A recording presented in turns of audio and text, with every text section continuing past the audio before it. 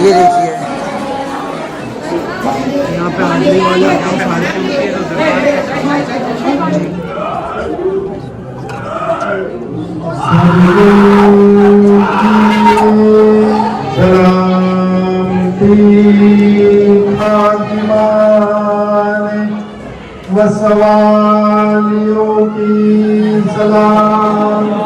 अस्सलाम वालेकुम गाइस। तो फाइनली आज मैं आप लोगों को लेकर आऊँ मीर अली दातार बापू की दरगाह ऊंजा शरीफ शहनशाह गुजरात। तो आज मैं यहाँ पे जानकारी करूँगा कि बड़ी दूर दूर से लोग लाखों हज़ारों की तादाद में यहाँ पे धूनी क्यों लेने आते हैं और धूनी से क्या शिफा मिलती है, और उसके साथ साथ आपको जानकारी करके बताएंगे कि यहाँ पे भूत प्रेत जिन जिन्नात को कैसे किया जाता है कैद, तो वो भी बताएंगे। और इसके साथ साथ आपको बताऊंगा 125 घोड़े की सवारी यानी आपके शरीर के ऊपर से किस तरीके से उतारते हैं, और मीर अली दातार बापू कौन थे, कहाँ से आए थे, बाबाजान की क्या करामत है। तो चलो चलते पूरी जानकारी करते हैं और आप लोगों को बताते हैं। तो आपके सैयद अली के थर मुबारक ने, जिसको बॉडी जिस्म कहते हैं जी, उन्होंने उसके सर के बाल पकड़ के उसका सर मार दिया। अच्छा। और वो सर की कटे हुए बाल शैतान को जी उनके कदमों में उनकी वसीयत थी दफन करने की, जो वहाँ दफन हुई। तो आज भी उस चौकट पे पैर रख के सर अंदर डालते हैं। तो आज से 559 साल पहला जो जंग हुई थी जी, वो जंग की तलवारों की आवाज़, घोड़ों के चलने की टापों की आवाज़ जी आती है, जरूर आती है, और उन्हीं को आती है। बिस्मिल्लाहिर्रहमानिर्रहीम। तो गाइस फाइनली अब शाम हो चुकी, तो शाम के टाइम लोबान का टाइम हो चुका है। तो अभी हम लोग आप लोगों को रोशनी की जो दुआ होती है और जो लोबान होता है वही सुनाने लेके चलते हैं दरगाह शरीफ के अंदर।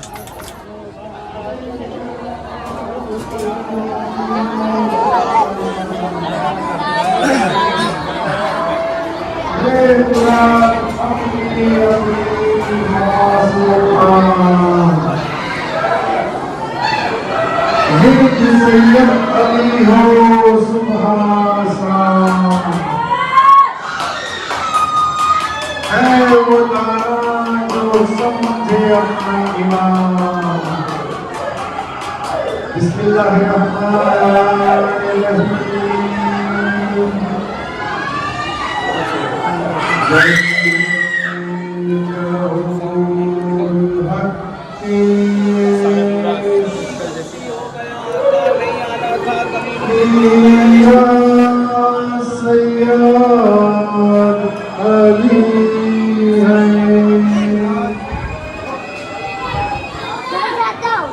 फिरदौस के चमन में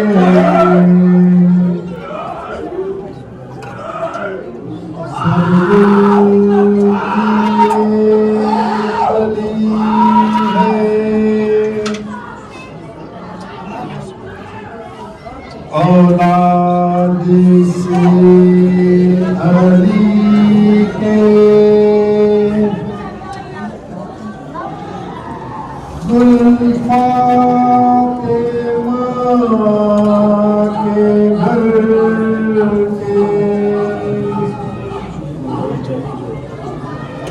रोशन हुए जहाँ में वलियों के ये वली है।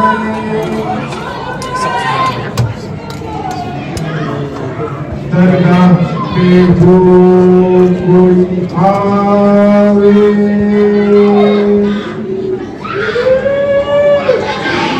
मकसद मुराद पावे,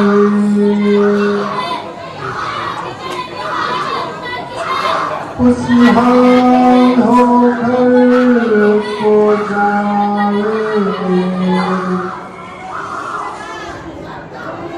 राज़े ख़फ़ी जली है,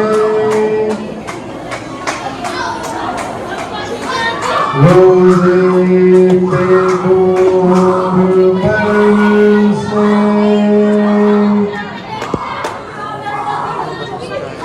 जन्नत कोई सलाम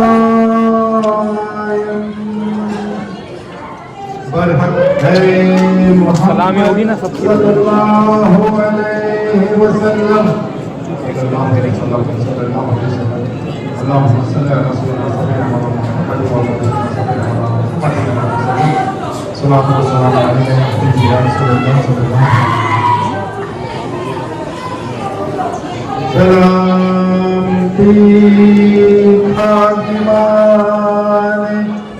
वसवालियों की सलाम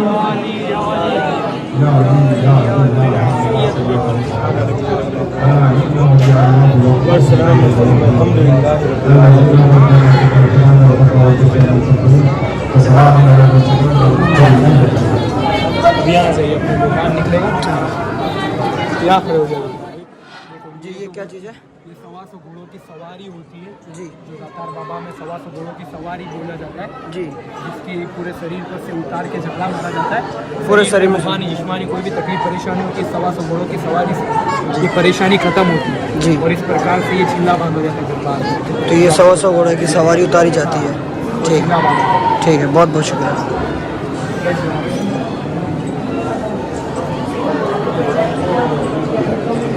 तो गाइस फाइनली अब लोभान का टाइम हो चुका है, तो जितने भी लोग ज़ायरीन आए हुए हैं उन सबको ये धुनी देते हुए लोगों को देंगे, इसके बारे में जानकारी करके बताएंगे।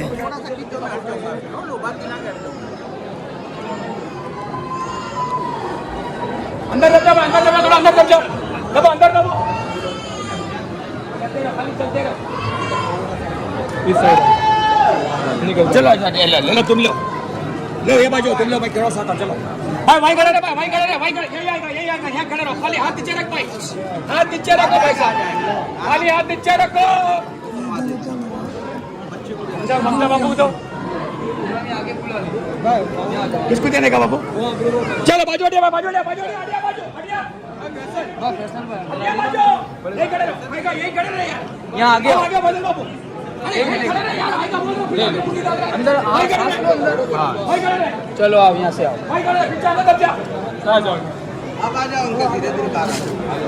तो गाइस फाइनली देख सकते हो यहाँ पे सब लोगों को लोभान दिया जा रहा है, जितने भी ज़ायरीन आते हैं और ख़ास करके बड़े दूर दूर से ज़ायरीन यहाँ पर लोभान के लिए आते हैं माशाल्लाह। तो अभी मैं इसके बारे में भी जानकारी करके बताऊंगा आपको। जो सैयद यज़दान अली के वालिद साहब हैं उनसे जानकारी करके बताऊंगा कि भाई ये लोभान कब से दे रहे हैं और ये लोभान देने से क्या क्या शिफायत मिलती हैं। और आप लोगों को मैंने बताया दादी अम्मा की चक्की के बारे में भी, तो यहाँ पे दादी अम्मा की चक्की को लोग 7 चक्कर लगाते हैं, उसके बारे में भी मैंने आपको बता चुका हूँ। तो पार्ट 1 पे देख सकते हो मिस्टर खान अजमेर सर्च करके वीडियो ऊंजा शरीफ। जो मैंने आपको लोबान के बारे में पहले भी बताया कि दरबार में जैसे भी रूहानी जिस्मानी बाती की कोई भी परेशानी होती है तो इस लोबान को ज़रिए शरीर में जाने के ज़रिए ये सारी परेशानी दीनी और कोई भी ऐसी कोई भी परेशानी होती है तो ये शरीर में ख़त्म होती है लोबान के ज़रिए। इसको जलाली लोबान बोला जाता है। जलाली लोबान जी, मतलब बड़े दूर दूर से लोग आते हैं, मतलब याद करते हैं आते हैं और ये दिन में 2 मरतबा होता है और इसी के लिए लोग भीड़ लगा कर आते हैं दरबार। क्या बात है माशाल्लाह, ज़ियारत करते हैं, लोबान लेते हैं, अब दादी अम्मा की चक्की के फेरे लगाते हैं। हजरत मैं आपसे एक चीज़ और जानना चाहूँगा कि बाबा का जो उर्स होता है वो कब होता है?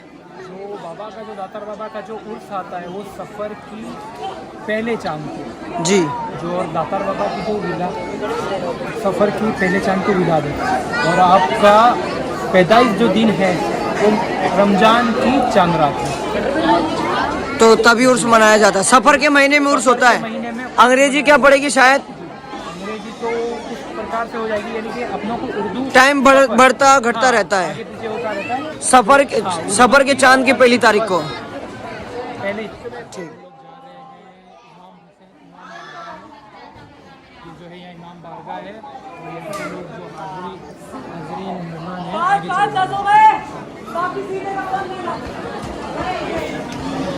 माशाल्लाह यहाँ पे रोज़ा हुसैन रखा हुआ है। यहाँ के जो ताजिए होते हैं वो कहाँ रखे जाते हैं? यहीं रखे जाते हैं यहाँ। अच्छा अच्छा अच्छा, आय हाय सुभान अल्लाह। ये देखिए माशाल्लाह, ये किन के जानिब से रखा गया था? ये भी जो है जो इमाम हुसैन की जो ये इमाम हुसैन की जो कमेटी है हाँ, उसी के जानिब से रखे गए। अच्छा अच्छा जी जी, यहाँ पर आप देख सकते हो काफ़ी सारे रोजा हुसैन रखे हुए हैं, देख सकते हो। वाह सुभान अल्लाह, डायमंड से। तो ये ताजिया कह सकते हैं हम, ताजिया कह सकते हैं, रोज छवि हुसैन मतलब रोजा हुसैन। अच्छा रोजा हुसैन। यहाँ पे और भी ये देखिए ये लोग पेश करते हैं जी। सारा जितने भी मज़ारा बनाए गए हैं सब पे नाम भी लिखा गया है। ये क्या है, ज़रा फातिमा का है, हज़रत अली का है, ऐसे रसूलुल्लाह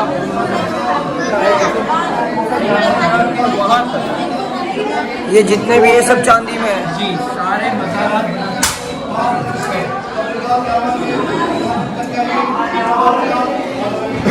चलिए, जितने भी तकलीफ वाले होते हैं जी। कहाँ पर ये देखिए यहाँ पे हाजिरी वाले आते हैं सारे जी।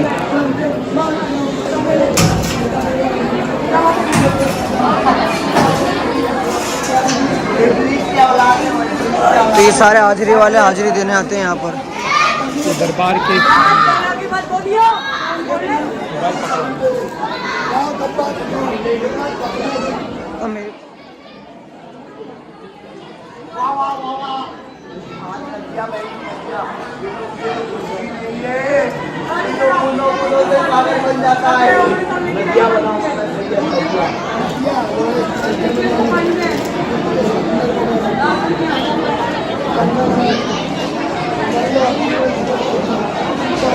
तो गाइस फाइनली मैं आ चुका हूँ सैयद यज़दानी मियाँ की गद्दी पे, जहाँ पे इनके डैडी मिले हैं। तो अब इनसे हम जानेंगे ये 125 घोड़े की जो सवारी उतारते तो कैसे उतारते हैं। हमारा घर में सुकून शांति आप जो उन्होंने पैसे टके आगर बताओ हमारा चारे छोकराओ हमारा दरबार थी बहुत कामयाबी आपको हमारा चारे छोकराओ एमना जीवन में शरीर थी लईने पैसे टके लईने सुखी था एमना घरे थी बधा सारा रहे एमना बाल बच्चा सारा रहे एमना घर में सुकून शांति रहे એવી મદદ અને મારા જે છોકરાને 4 વર્ષથી બાપુ બેસાડી રાખેલા છે, એક કંપની 9 વર્ષથી બેસાડી રાખેલા છે, એ કંપની ફરી એને બોલાવે એક ભાઈ ગયેલા છે બાપુ એમને કોઈ તકલીફ ના પડે ને બીજા બે ભાઈઓ મચવા લઈને દરિયામાં જાય છે એમની પણ મદદ કરું હું પણ ઘરનું। हमें मिले हैं सैयद हाजी अबरार मियाँ। तो आज हम इनसे ये जानेंगे ये जो 125 घोड़े की सवारी बोलते हैं, तो आप मेरे को इसके बारे में थोड़ा सा बता सकते हैं कैसे होती, क्या क्या होता है यहाँ पे प्रोसेस जी बताइए। जब मीरा सैयद अली दातार आपकी हयाती में मांडवगढ़ के जो एक मेहंदी राज करके जादूगर था जी, उसके साथ उन्होंने एक जंग लड़ी थी जी। उस वक्त के लोगों का कहना ये था कि वो मेहंदी राज जादूगर अपनी जादुई नगरी को चलाने के लिए हर दिन एक व्यक्ति का कत्ल करता था और अपनी जादुई नगरी पर उसकी बलि देता था जी। और उसके कुछ ऐसे तंत्र थे जिनके साथ वो बंधा हुआ था जी। कि भाई जब तक एक व्यक्ति का मतलब उसका भेद चढ़ाएगा तब तक तेरी ये राज आर्ट तेरी ये जादुई नगरी रहेगी, जिस दिन तूने ये काम ना किया उस वक्त तू नहीं रहेगा जी। तो इसके लिए करके वो हर दिन हर एक व्यक्ति को उठाता था, चाहे वो मुस्लिम हो, हिंदू हो, सिख हो, ईसाई हो, उससे उसको कोई मतलब नहीं था, ना वो किसी की जात पूछता था ना बात। जो भी व्यक्ति इसके हाथ लग जाता था उसको वो कत्ल कर देता था, फिर वो अपनी जादुई नगरी पे बैठता था। लेकिन वहाँ की जनता को, आम पब्लिक को इससे बहुत मुश्किल ही थी जी। तो कुछ लोगों ने उस वक्त अहमदाबाद शहर में अहमद शाह बादशाह थे जी, उनके तक फरियाद लाए कि भाई हमारे यहाँ इस तरह से जुल्म हो रहा है और ये जुल्म एक इंसानियत के ऊपर हो रहा है जी, इंसान पर हो रहा है, ना किसी जात पर हो रहा है ना किसी भेद पर हो रहा है, कोई भी व्यक्ति हो उसका कत्ल करा जाता है जी। तो उस वक्त अहमद शाह बादशाह ने कुछ अपनी 125 फौज भेजी गई जी, सिपाहियों को और उस फौज के सिपा सालार हज़रत मीरा सैयद अली दातार रहमतुल्लाह अलैह के वालिद साहब हज़रत दोस्त मोहम्मद को उसका पूरा हिसाब किताब दिया था जी। मगर वो वहाँ जाने से 12 साल तक जंग हुई ना वो मेहंदी रात जीत पाया, ना इधर आपके वालिद जीत पाए। उस दरमियान में नजूमियों को बिठाकर अल्लाह के कलाम से पढ़कर मालूमात की, तो उसमें ये साबित हुआ कि हज़रत जो दोस्त मोहम्मद है, इनके वालिद, उनके घर 2 बेटे हैं जी उनके जो एक छोटे बेटे हैं जी। जिनका नाम है सैयद अली, जी वो अगर यहाँ आते हैं तो इंशाअल्लाह ये जंग फतेह होगी। तो उस वक्त सैयद अली दातार 16 साल की या 17 साल के करीब आपकी उम्र थी। उस वक्त आपके हाथों में शादी की मेहंदी रची थी, कंगना बंधा था, मगर इन्होंने ये सब बेहतर नहीं समझा। सबसे बेहतर ये समझा कि इंसानियत के नाम पर जो हत्या की जा रही है उसे रोकना शादी से बेहतर हो। जी जी जी तो बेशक। आप फौरन यहाँ से अपने बड़ों से इजाज़त ली और आने वाले काशिद के साथ रवाना हुए। जब वो वहाँ से रवाना हुए तो आप मांडवगढ़ पहुँचे, आपकी फ़ौज आपके वालिद के साथ आपकी गुफ्तगू हुई, जंग के ऐलान हुए। उस वक्त सैयद अली दातार ने मेहंदी रात से जंग लड़ी। उस जंग में उसको तो फतेह की, लेकिन उस जंग के दरमियान आप भी शहीद हो। तो आपके साथ जो 125 घोड़े हैं जी उन घोड़ों को अल्लाह की तरफ से वो करामत और वो ताकत अता हुई कि आज भी जो जादू, बुरी शय, बुरी अशरात, कुछ किए कराए, मूठ चौकी जैसी गंदी हरकतें जिसको अंग्रेजी में मैजिक भी किया जाता है जी, वो असरात के लोगों को यहाँ आज भी उन घोड़ों पे हाथ रखकर दुआ पढ़ाई जाती है जी। वो घोड़ों को हमने कपड़े की शक्ल में बना दिए हैं जी और उन घोड़ों पर हाथ रखकर ये दुआ की जाती है कि सरकार आपके 125 घोड़े छोड़कर हम दुआ करते हैं हमारे जिस्मों पर, हमारे दिलो दिमाग पर, हमारी आवाज़ पर, हमारी रोज़ी कारोबार पर, हमारी खुशियों पर किसी ने भी कुछ किया कराया हो तो उस चीज़ को आप खींच लो, हमारे जिस्म को शफात दो, हमारे जिस्म में जो तकलीफ़ है उसे दूर कर दो, हमें हमारे हर काम में कामयाबी सफलता दो, रोज़ी से परेशान है तो रोज़ी दो, बे औलाद है तो औलाद दो,